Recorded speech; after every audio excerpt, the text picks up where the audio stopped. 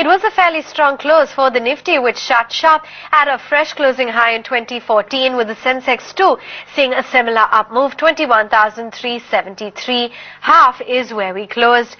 For the broader markets, though, it was absolutely dull, and in fact they paled in comparison with the way the frontliners performed today, so it was a close in the red for the broader markets. In terms of sectoral movers, consumer durables, capital goods, that's what held out in the session. It was auto as well as metal stocks which took a bit of a beating. L&T was your top gainer on the back of result impact, which you did see playing out on the stock in today's session. Axis Bank, GAIL India as well as JSPL did fairly well for themselves. Some of the earnings for the day, you had Mastek, which put out its numbers with the profits up by 21.2% on a sequential basis. Income from operations was healthy and the margin growth came in higher at 14% versus 11%. The stock received that very well. From the banking space, it was disappointing for Indian Bank on the profit front, which came in little lower by 20%, but it was of course the asset quality which did see a good improvement on a sequential basis. That's clearly what the street read into. Net interest income off by 4.6%. Apart from that, you had Bharti Infratel, which put out its numbers, and on a sequential basis it was a pretty steady set of numbers. The sales too were high by 1.7%.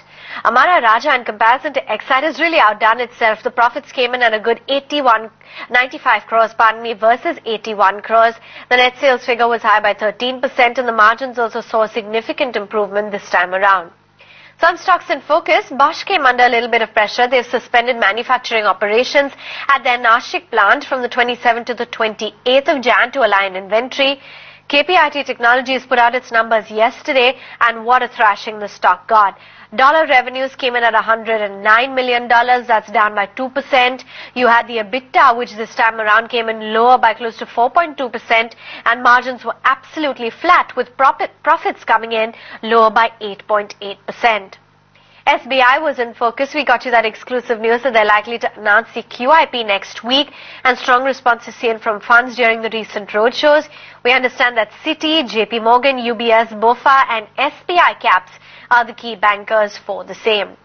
Meantime, on the upside, it was M&M, downside rather, it was M&M, ONGC, HCL Technologies and Punjab National Bank too came under a fair bit of pressure, given that the Bank Nifty too was fairly listless in the session.